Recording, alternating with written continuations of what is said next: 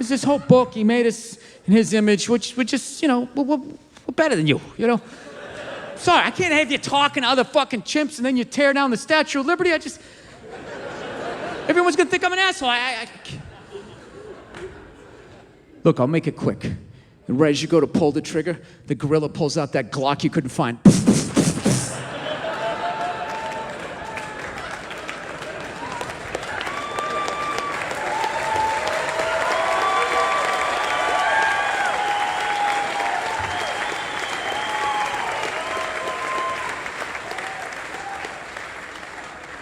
I just want to know one thing. How did you know? You knew before I knew. I don't have an ending for this. I don't. And in a weird way, now you know how I felt when I watched that video. You know what it was? Was I did that joke all around the country, all right? And the gorilla always died. Because Jesus wanted it that way, and that was it. And it fucking bombed in every goddamn city in this country except for Dallas, Texas. That was the only place where they got it. And I'm not shitting on Texas. It bombed in Houston, Austin, El Paso, San Antonio, killed in Dallas. They're the only ones who got it. They were just like, hey, man, you did what you had to do. Did what you had to do, man. I mean, I love that gorilla too, but goddamn it, you cannot have two species working together.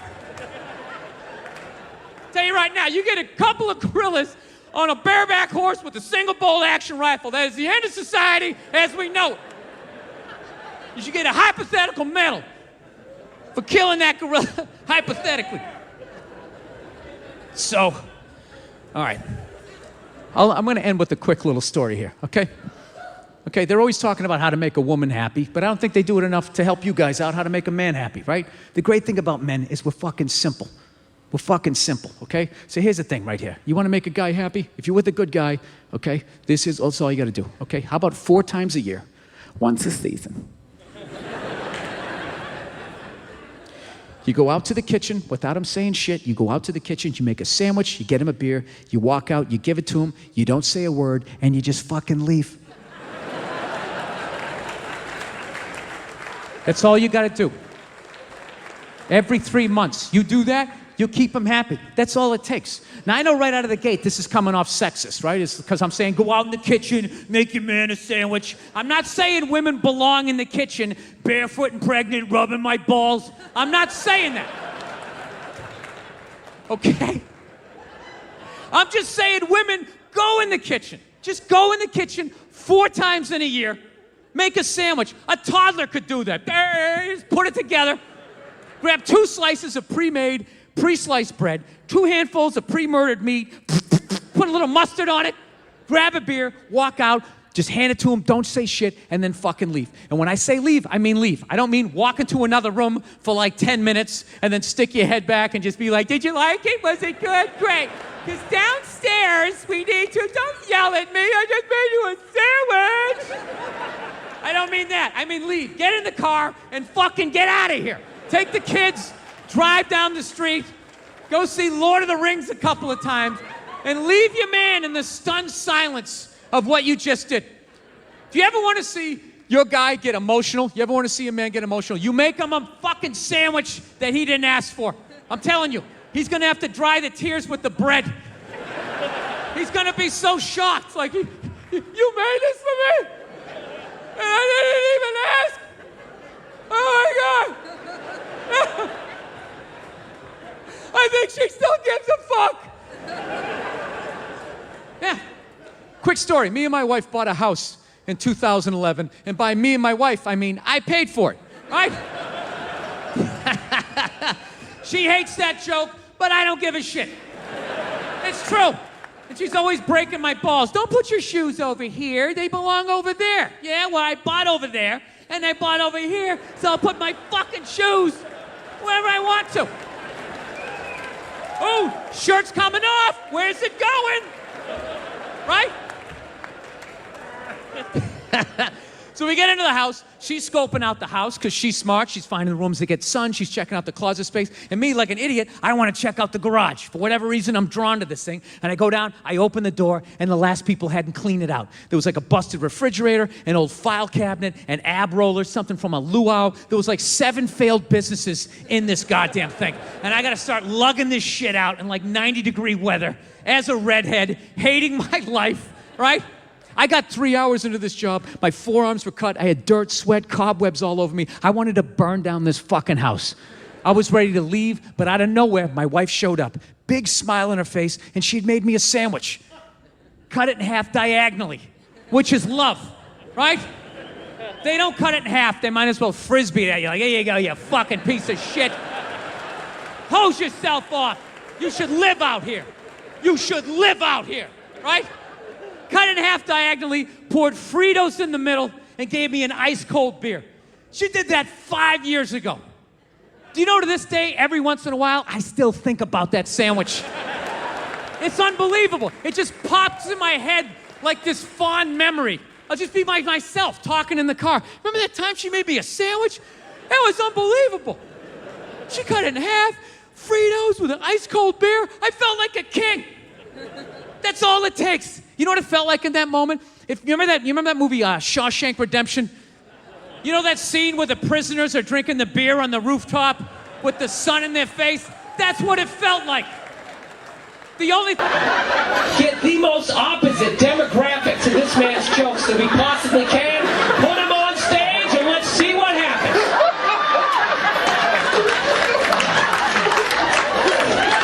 See that?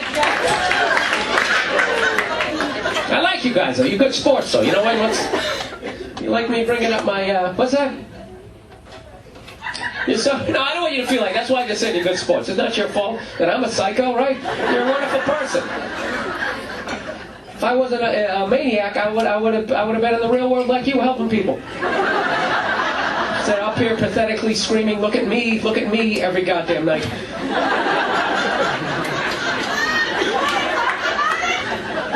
Sure, I'll talk about it. What do you want to know about it? What do you want to know? You want to know what it's like to sit in a red roof inn in the middle of fucking Nebraska? What?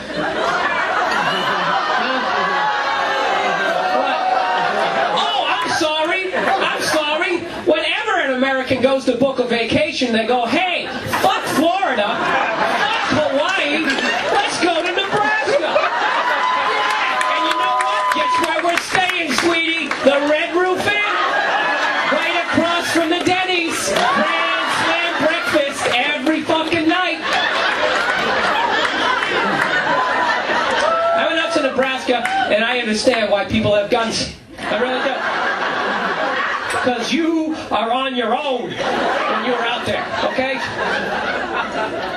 78 fucking miles between the next driveway. Rural road. 17, they don't even have fucking names for the streets out there. They become dirt roads, little house and prairie. Cash comes rolling by, whatever the fuck they drive out there. Yeah, one of the loneliest moments of my life. I was in the middle of Kansas, actually. Oh, fuck, I'm from here. I can't believe you're making fun of it.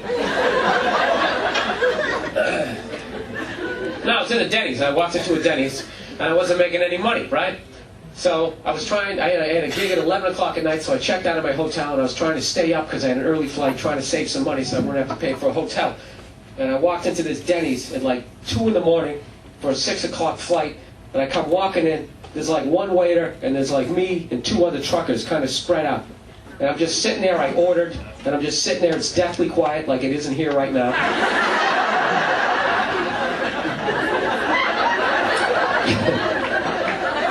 And I'm really thinking, I was like 10 or 11 years in the business going, what the fuck did I do? I should be married with a couple of kids, running a hardware store. What did I do with my life? I remember in the background, Paul McCartney and Wings, that song came on. All of a sudden, this stupid song came on. You know that song? Somebody knocking on my door. Somebody ringing the bell. I opened the door, and right as I did that, I looked up, and me and the trucker's eyes met. It was the most pathetic moment of just like, we just really looked at each other like, can you fucking believe this shit? There's a silent moment between us, and then we both went back to our fucking sausage links. And that's what being a stand-up comedian is. It's not that whole... HBO's like one night, and then you just right back in the sticks. Huh? Performing on football Sunday. Giving a poor excuse for a blizzard in front of a bunch of nurses. This is what comedy is. What's that? That's the exact thing it's telling right now. That's why you guys you can't be in the military. Right there. You just give a fuck too much. See, I told that story not to get sympathy. You tell that to a guy, he's dying laughing. Your life sucks. It's hilarious. Now you just made me feel stupid for telling the story. That shit is hilarious to me. Me fucking locking eyes with a trucker in the middle of Denny's in some godforsaken flyover state that they're proud of. You know there's nothing to do out there. When 200,000 people show up for a football game, there isn't shit to do in that fucking state. There's a Cornhusker game. Come on, everybody paint themselves red. Big fucking flags. It's like they're going to war. Why did you just throw $1 up here? Why did you just do that? What's going on here? What are you trying to do here? This isn't that kind of show, okay? And I'm going to go out on a limb here. I don't think there's ever been a red-headed male stripper. Just peeling off his shirt to expose that pasty torso. These lights, you know, there's not enough body makeup for someone of my pigment. You know what I'm saying?